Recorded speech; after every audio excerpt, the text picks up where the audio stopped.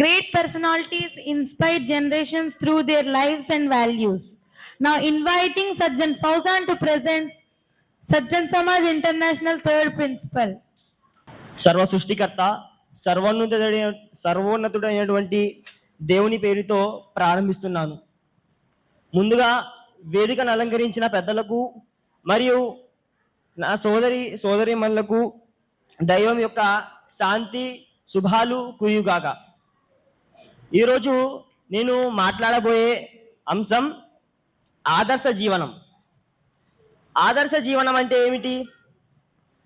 ఆదర్శ జీవనం అంటే ఒక మంచి వ్యక్తి యొక్క గుణగణాలను మన జీవితంలో అలవర్చుకునే దాన్నే ఆదర్శ జీవనం అని అంటాము. ఒక ఉదాహరణకు, ఒక విద్యార్థి ఏపీజే అబ్దుల్ కలాం గారి జీవిత చరిత్రను చూసి వినయం, శ్రమ, దేశ సేవ వంటి గుణాలను తన జీవితంలో అలవర్చుకునే దాన్నే ఆదర్శ జీవనం అని అంటాము. ఆదర్శ జీవనం అంటే నైతికత విలువలు కలిగి ఇతరుల పట్ల ప్రేమ, సత్యనిష్టత, కర్తవ్య బాధ్యత వంటి గుణాలను కలిగి జీవించడమే.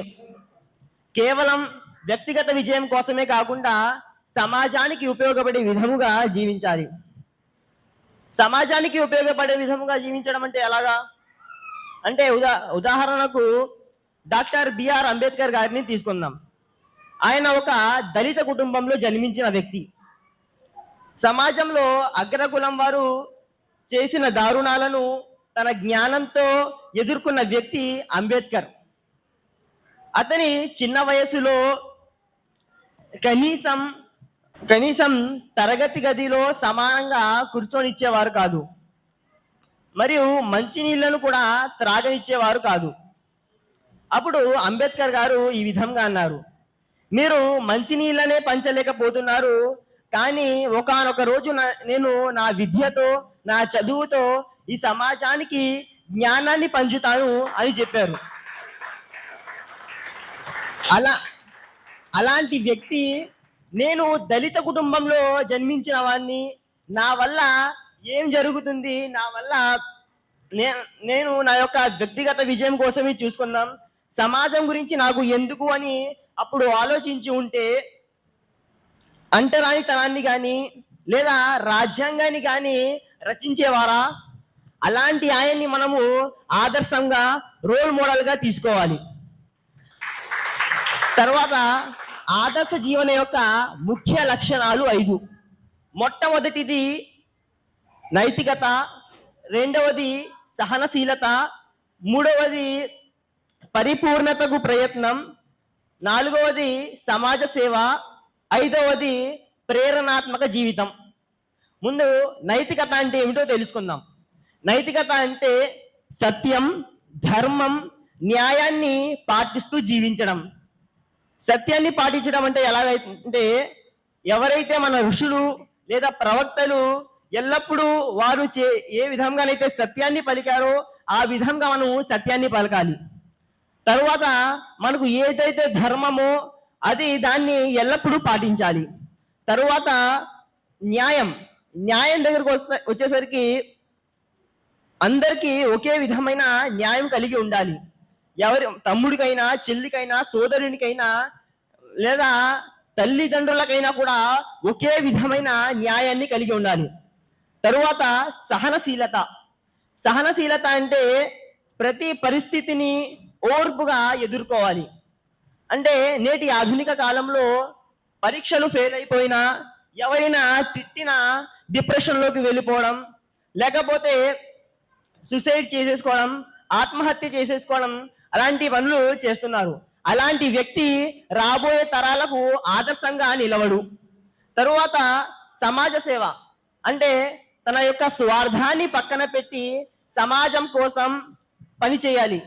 సమాజం కోసం పని చేయడం అంటే ఎవరైతే మన సంఘ సంస్కర్తలు చేశారో, డాక్టర్ బిఆర్ అంబేద్కర్ గారు, రాజా రామ్మోహన్ రాయ్ గారు, వాళ్ళు ఏ విధంగానైతే సమాజం కోసం పని చేశారో ఆ విధంగా మనము సమాజం కోసం పని చేయాలి.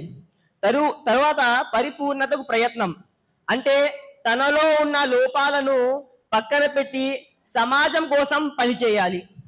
తరువాత ప్రేరణాత్మక జీవితం అంటే ఇతరులకు ఆదర్శంగా నిలిచేలా ఉండాలి.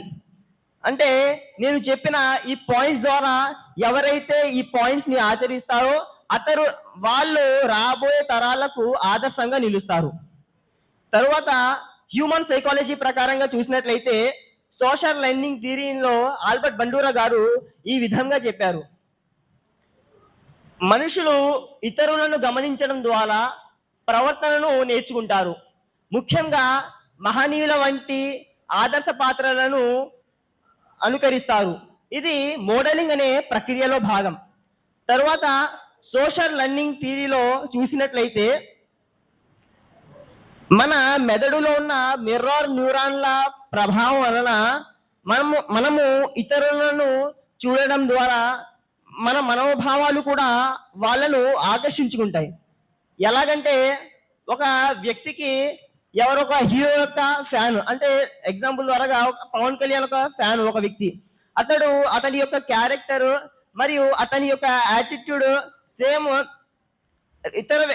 వేరే వ్యక్తి కూడా అదే విధంగా ఉంటాడు. అంటే అతను ఏ బట్టలు అయితే ధరిస్తాడో అతని యొక్క యాటిట్యూడ్ ఎలా ఉంటుందో ఇతర వ్యక్తి కూడా అదే విధంగా ఉండడానికి ప్రయత్నిస్తాడు. దీనినే మిర్రర్ న్యూరాన్ల ప్రభావం అని అంటాము. తరువాత భారత రాజ్యాంగం ప్రకారం చూసినట్లయితే భారత రాజ్యాంగం ఒక వ్యక్తి ఆదర్శంగా ఉండటానికి, సమాజంలో మంచి జీవితం గడపటానికి అవసరమైన మూల విలువలు, కర్తవ్యాలు మరియు సామాజిక బాధ్యతలను ప్రవేశిక మరియు ఆర్టికల్ 51A వివరించింది.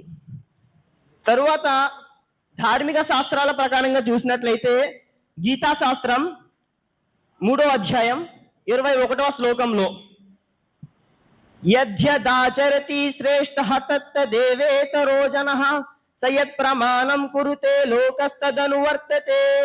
దీని యొక్క భావము, దేనిని శ్రేష్ఠుడు ఆచరిస్తాడో ఇతరులు కూడా దానినే ఆచరిస్తాడు. అతడు ఏ ప్రమాణాన్ని అయితే అనుసరిస్తాడో లోకం దానినే అనుసరిస్తుంది.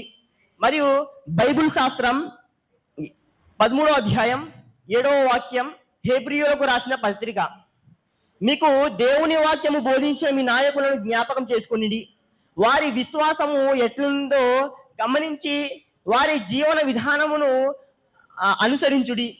తరువాత ఖురాన్ శాస్త్రం 33వ అధ్యాయం 21వ వాక్యంలో లఖద్ కాన లకుం ఫీ రసూలిల్లాహి ఉస్వతున్ హసన, అంటే నిశ్చయంగా అల్లాహ్ ప్రవక్త మొహమ్మద్ లో గొప్ప ఆదర్శం ఉంది.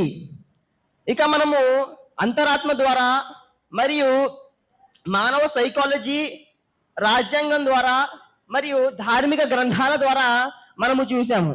కానీ మనము ఎవరిని ఆదర్శంగా తీసుకోవాలి?